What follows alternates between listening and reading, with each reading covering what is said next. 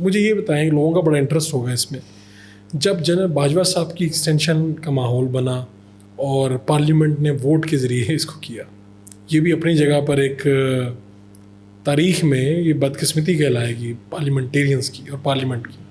تو آپ کہاں پر کھڑے تھے، آپ نے کیا دیکھا، اس وقت کیا ہو رہا تھا؟ دیکھیں میرے لیے یہ 5 سال میرے پورے ہو گئے ہیں، 6واں سال جو ہے وہ جاری ہے اور یہ میرا آخری سال ہے سینٹ میں. یہ ایک ایسا تجربہ ہے میرا کہ اس پہ میں لکھنا چاہوں تو کئی کتابیں لکھ سکتا ہوں. میں نے قومی معاملات کو، ریاست کیسے چل رہی ہے، کون سی قوتیں کس طرح اپنا رول ادا کر رہی ہیں، اس کو بڑے قریب سے دیکھا ہے.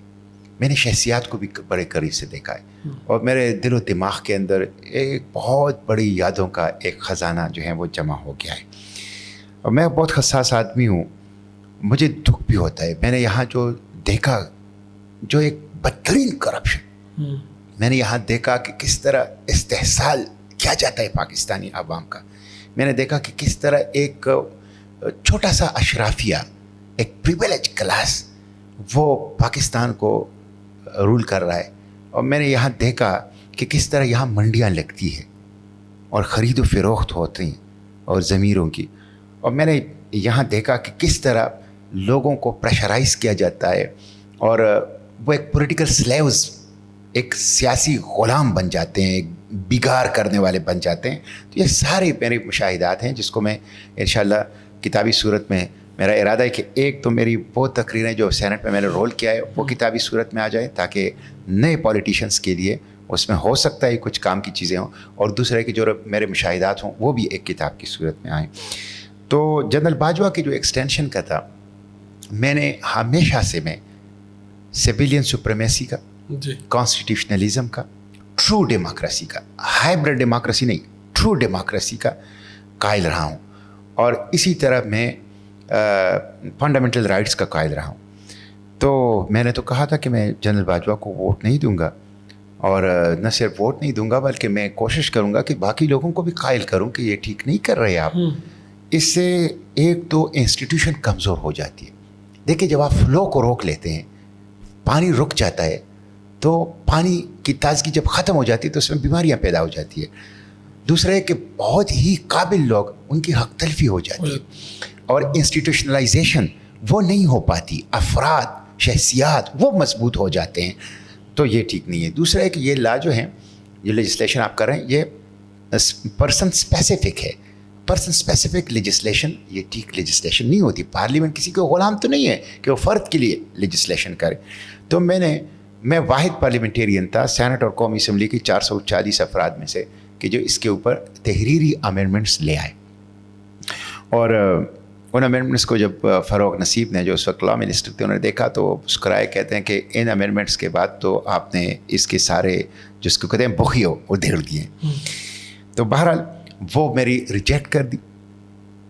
آپ اکیلے تھے؟ میں اکیلے تھا، ہاں. اور میں نے اس کے اوپر چیئرمین سینٹ کے 2.5 کے سامنے جا کے احتجاج کیا، اور مجھے اس کے اوپر تقریر کا موقع نہیں دیا گیا، جو کہ میرا رائٹ تھا کہ میں اپنے امینڈمنٹس کو پریزنٹ کروں، اس کے ایکسپلین کروں، اس کے لاجک بیان کروں.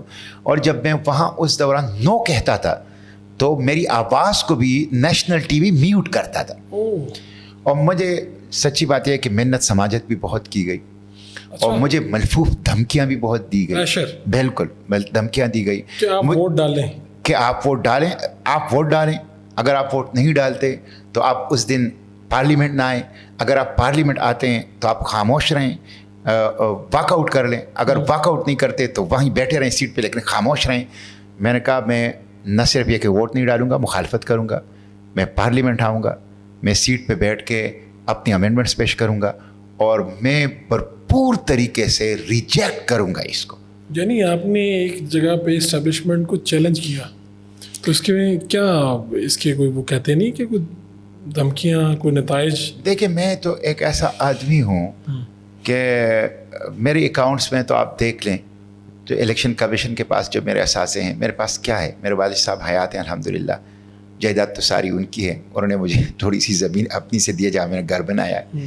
میرے اکاؤنٹ میں 1.5 لاکھ 2 لاکھ سے کبھی کبھی کب زیادہ نہیں گیا, کبھی زیادہ پیسے نہیں ہوئے ہیں. وہ میری ساری چیزیں جو ہیں وہ بالکل سامنے پڑی ہوئی ہیں. اس لیے آپ کہتے ہیں کہ ڈر نہیں ہے تو میرے کیا ہے, نتھنگ ٹو لوز. کس لیول کے لوگ ملتے ہیں جب اس طرح کی کوئی بات منوانی ہو؟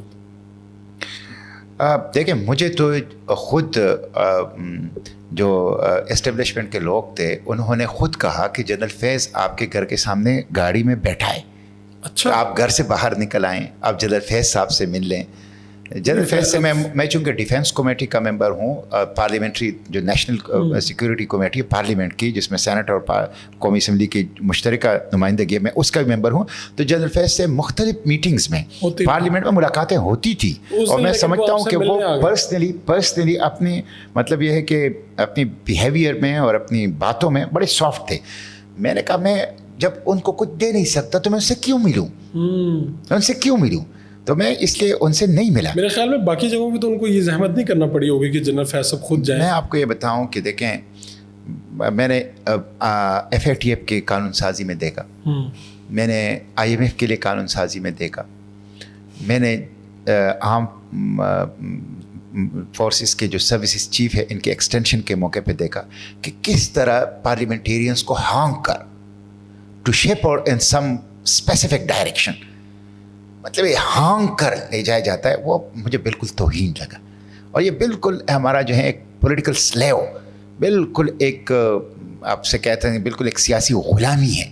اور میں سمجھتا ہوں یہ اس وجہ سے ہے کہ ہماری پولیٹیکل پارٹیز کے اندر انٹرنل ڈیموکریسی نہیں ہے. وہاں ڈائنیسٹیز ہیں, وہاں پہ DNA کی بنیاد پہ عہدہ اور منصب ملتا ہے. میرٹوکریسی وہاں پہ نہیں ہے, وہ پرائیویٹ لمیٹڈ کمپنیاں ہیں. تو پارلیمنٹ میں کوئی ایسا بندہ نہیں ہے جب اس طرح کا کوئی موقع ہے تو آپ ارد گرد دیکھیں تو آپ کہیں یار یہ بندہ کھڑا ہو گیا ہے, یار یہ بندہ.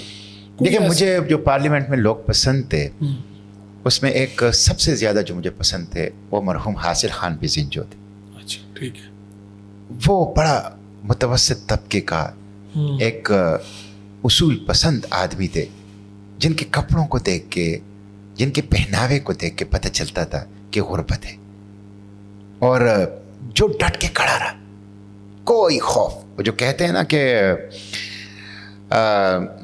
ہزار خوف ہو لیکن زباں ہو دل کی رفیق, یہی رہا ہے ازل سے قلندروں کا طریق.